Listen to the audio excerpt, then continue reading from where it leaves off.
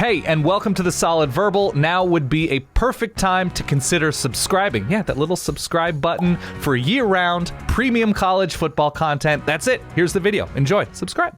Final team is Notre Dame. I think we're good. I think we're actually out of time, Ty, as I'm looking at this. We're running real short, so give me like 2 sentences. I didn't pick a movie for Notre Dame. I picked a character type. Okay. Because Notre Dame's kind of their own thing. At least they want to be for now. Notre Dame, the theme for Notre Dame is that Notre Dame is suddenly a lot more likable. And it's caught me a little bit off guard. I did not necessarily expect it to last this long. Okay. But it has. It's lasted many months after Brian Kelly left. And just from the stuff I've read and the people I've heard discuss Notre Dame, there's definitely a different vibe with how people are treating the Irish this year. It doesn't mean everybody loves them. It just means that most people don't hate them quite as much. Okay. Notre Dame in this story is the redeemed villain. And you go out online, you can find 1,000 different examples of redeemed villains. But Notre Dame's Darth Vader. They still have some good in them, Dan. Okay. They're Darth Vader. They're T-800 from Terminator 2, who was reprogrammed for a more noble purpose. Okay. Or they're Snape. Maybe they're Severus Snape from Harry Potter, who was an unlikable character for a decade till suddenly it's like, oh shit, he's good now? What are we doing? That's Notre Dame's role. That's where Notre Dame is at right now. Yeah. Because of circumstances. Brian Kelly left to take the LSU gig. They hired from within. There was a little bit of a varsity blues feel at the end of last year when Marcus Freeman was taken over in the Fiesta Bowl and did a great coaching job for at least one half. Yeah. But they're kind of the redeemed villain in this story. I'm glad you didn't go to a whipped cream bikini, by the way, with the varsity blues. Okay, continue. No. It's still Notre Dame after all. Let's not get crazy. Fair. 11-2 last year, lost that Fiesta Bowl, but I think a lot of momentum, a lot of steam on Notre Dame right now. New coach Marcus Freeman. There are 2 ways to look at Notre Dame in 2022. I'm ready. And both of them start with Marcus Freeman. On one hand, you've got undeniable momentum, especially in the recruiting game. Notre Dame, at time of recording here in late July, has the number 1 overall recruiting class. They finished second back in 2008. They finished third in 2013, about 5 years later. Okay. But number 1, if it holds, that's a huge deal.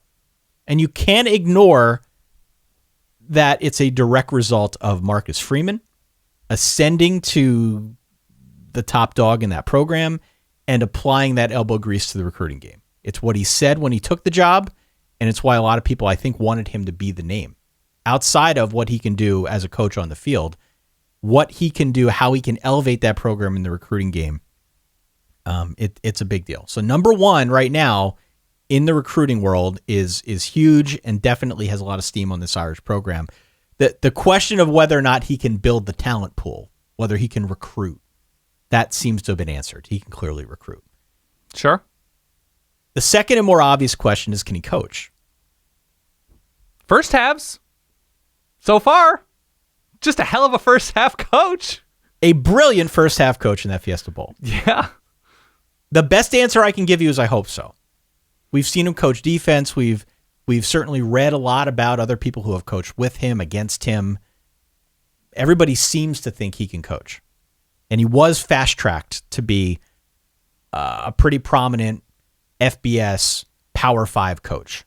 Yep. Like that was very much in the cards for him from the moment he started coaching, specifically at Notre Dame. How much older are you than Notre Dame's head football coach? I don't want to talk about that. I don't want to talk. We're not here to talk about the past. We're here to talk about the future. We're talking about the present, sir. So I don't know. Like, if he can string a few more of those first halves from the Fiesta Bowl together, then we're cooking with gas. But otherwise, I don't know how to answer that question. It's very speculative. That we like a lot of what Marcus Freeman brings to the table, to the equation, but we don't have a whole lot to go on. So here's what I know about Notre Dame. Okay. I know that Notre Dame has plenty of questions on the offensive side of the football. And I feel good about the fact that Tommy Rees is getting more control over that side. He's been with these guys. He knows the system. Presumably an unfettered Tommy Rees gives us a little bit of a different dimension on offense. Okay. I don't know what that looks like. Like, I think it's going to be Tyler Buchner's team. Drew Pine was awful in spring. Tyler Buchner, TB12, as I like to call him here on the show, it's going to be his show. And he's much more of a threat than Jack Cohn. I was screaming from the mountaintops last year, even though Jack Cohn had a good year. Tyler Buchner gives him more. He's a dual threat kid.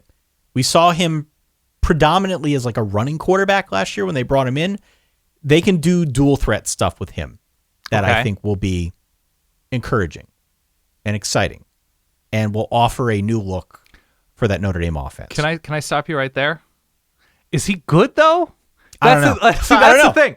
I don't know. He's athletic ability. You liked him better than Cohn because of athletic ability. Like, can he complete passes downfield? This is the problem that we have with previews. Yeah. And no preview is immune to this because just the very nature of previewing teams and previewing a season. Yeah. It forces you into this mold where you're looking at what you think a player can do and being optimistic about the fact that he can do it when the live bullets start to fly. Right. I don't know. I mean, in the limited action that we saw of Tyler Buchner, he definitely showed flashes, but we didn't see him on this level. Like I was hoping we would see more of Buchner last year, and we didn't. So I have no idea. Is there buzz on the Notre Dame intellectual dark web from users who are supposedly connected to people who've been at practice? Is like Spanish American War Vet 55 reporting that everybody's saying Tyler Buchner, guys, you don't he was good. know. He was good in the spring, Dan. I don't care about. I'm saying, like, is there actual electricity from people who are connected or perceived to be connected? Like, I want you talking ND Nation people. Like, is there like that understanding that like this is the next big thing, or is everybody like, well, maybe? The sense that I get is somewhere between next big thing and well, maybe. Okay. Yeah. So we're not getting like Jimmy Clausen level hype here. Yeah. But we're also not getting Drew Pine hype. But usually when that guy is that guy, you're like, yeah, no brainer. And if that's not happening, they got to win out in other ways. I was picking up way more electricity last year. Okay. But I don't know. We'll see. I'm optimistic. I like his skill set. I think he'll be good. I like that. It's Tommy Rees, gloves off. Let's go. But I don't know. And the other question that I have about the offense is it's sort of related to Buchner, but it's all kind of one thing, right? Like running back. Running back's a problem for Notre Dame. Kyron Williams went pro. Sebo Flemister transferred. Logan Diggs is hurt. So what else are we going to do now at this running back position? What are our options here? Jadarian Price, another guy who people were excited about, a freshman, he got hurt, popped an Achilles in the spring. It's star power for Notre Dame on offense. Yeah, so they've got three healthy backs. Chris Tyree, who we know, I like Chris Tyree. Is he every down? I don't know. Yeah. We haven't seen him in that role. Yeah. Audric Estime, there's a name for you. They're sophomore, bigger guy, more of a north-south guy. He might step in. He might be able to give them a little bit more Logan Diggsy style of running, but, and Jabran Payne. But someone needs to step up is the point. And likewise, somebody needs to step up out wide too, to the point of wild speculation and focusing in on what a guy could do if given the opportunity as opposed to what they have done. If I have to read another preview talking about Braden Lindsey, this could be the year for Braden Lindsey. Braden Lindsey needs to stay on the damn field. Yeah. Okay? He's got skills, otherwise he wouldn't be at Notre Dame. Otherwise he wouldn't have been, an Oregon guy, right? Mm-hmm. Like, he needs to stay on the damn field. And then we can write the preview for Braden Lindsey. Of course, everybody's better when they're healthy. But whether it's Braden Lindsey or Avery Davis, like one of those two guys, I think needs to step up and be kind of the leader of this unit. Lorenzo Styles is young. He looked really good in the Fiesta Bowl. I think he's probably their top target out wide. Okay. But I would like to see some veteran leadership from either a Lindsey or an Avery Davis. Avery Davis, if he can stay healthy, another guy, I think is somebody who gives them some stability out wide. But otherwise, you're talking like Deion Colsey, Jaden Thomas, Tobias Merriweather, recruit. Tobias, yeah. He's the big dude, yeah. Yeah, he's big dude. Like, I don't know who those guys are. I like Lorenzo Styles. Let's put it this way. Michael Mayer is getting the targets. All right. Yeah. Michael Mayer, the big tight end, he's going to be a first-round pick. He's getting their targets. So, offense to me is an open question. Looking around elsewhere, I feel good about the defense. That's the one thing that I think makes me feel a lot more optimistic about where this Notre Dame team heads in 2022. I feel good about their defensive line, their linebacker, at least 50% confident in their secondary with Cam Hart at cornerback, with Brandon Joseph, the transfer from Northwestern, being on the back end of that defense. I feel really good about what they've got up front on the defensive side of the ball. And I also feel really good about what they've got up front along the offensive side of the ball. They got 4 guys back. And they bring back Harry Highstand, who built kind of that pipeline in taking Notre Dame offensive linemen into the NFL. So there's a lot to like here. I think they'll be fine. I don't know what the offense looks like. That's really where the main point of contention is for me. The schedule, there's a lot of meat on the bone here, Dan. Yeah. Like if Notre Dame finds a way to go 11-1 against this, they're probably a playoff team, or at least in the playoff conversation. Sure. Because they're at Ohio State to open the year. They're home against Clemson the first week of November. They're at USC to close out the year. And I do think USC will be pretty good by then. In between, there are just a bunch of games that are interesting. What are their most losable non-USC Ohio State Clemson games? The neutral sider against BYU in Vegas is interesting to me. That scares the hell out of me. Okay. That game scares the hell out of me. There's a game against Boston College the week before USC, revenge spot. which seems like an obvious getaway game. That could be a total look-ahead spot for Notre Dame. Phil Jurkovec, one last crack at Notre Dame. Spaced.